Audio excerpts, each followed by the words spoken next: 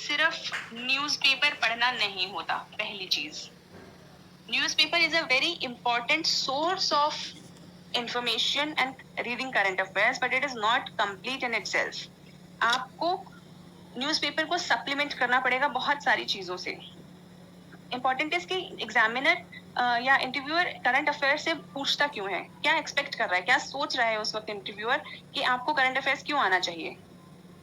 क्योंकि उसको एक ऐसा कैंडिडेट चाहिए, उसको एक ऐसा ऑफिसर चाहिए जो अवेयर हो, जिसे आसपास क्या हो रहा है पता हो, जिसको इकोनॉमी में क्या चल रहा है उसके बारे में अंदाजा हो, क्योंकि उसको कल को इकोनॉमिक डिसीजंस लेने हैं कंट्री के। उसको पॉलिटिकली अवेयर हो कि पॉलिटिकली क्या चल रहा है, कॉन्स्टिट्यूशनली क्या चल रहा है, कैसा हमारा कॉन्स्टिट्यूशन है, क्या चेंजेस हो रहे हैं, क्या नए लॉज आ रहे हैं।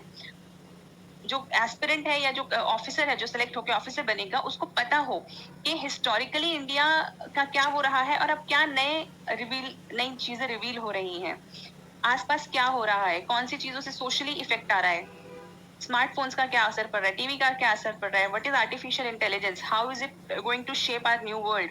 तो ये सारी चीजें एक ऑफिसर को पता होनी चाहिए, तभी जाके वो एक इन्फॉर्म्ड डिसीजन ले पाएगा, तभी जाके वो पॉलिसी मेकिंग के अंदर हेल्प कर पाएगा और पॉलिसी मेकिंग के साथ वो इम्प्लीमेंटेशन कर पाएगा उस चीज का।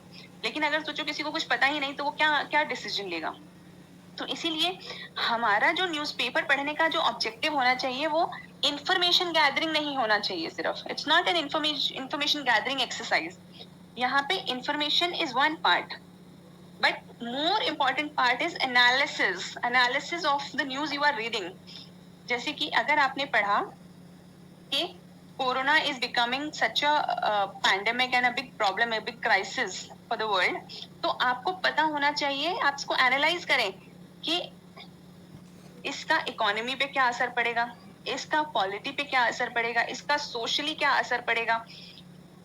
क्योंकि कोई आपसे क्वेश्चन ये नहीं पूछेगा कि एग्जैक्टली बताइए कि ये कब हुआ, कौन सी डेट को हुआ, कितने लोग मर गए। तो यस, कितने लोग मर गए या कितने लोगों को ये डिजीज हुआ, उससे हमें ये अंदाजा लगेगा कि कितनी ग्रेविटी है इसकी। तो आप उस इंफॉर्मेशन, आप उस फैक्ट को कि कितने लोगों को कोरोना हुआ, इस फैक्ट को आप एक एनालिसिस में यूज करेंगे तो it will make much more impact. TV, so I am not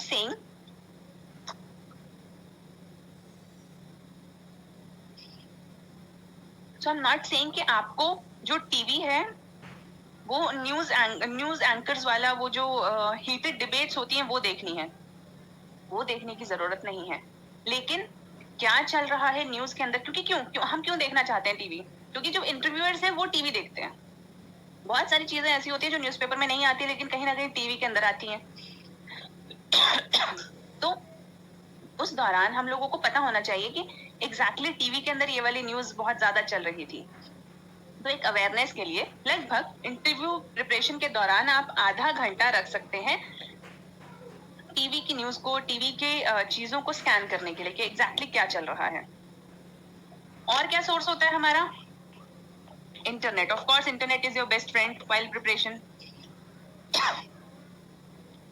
तो इंटरनेट, लेकिन अब इंटरनेट के साथ प्रॉब्लम क्या है? इंटरनेट के साथ प्रॉब्लम ये है कि it's a double edged sword.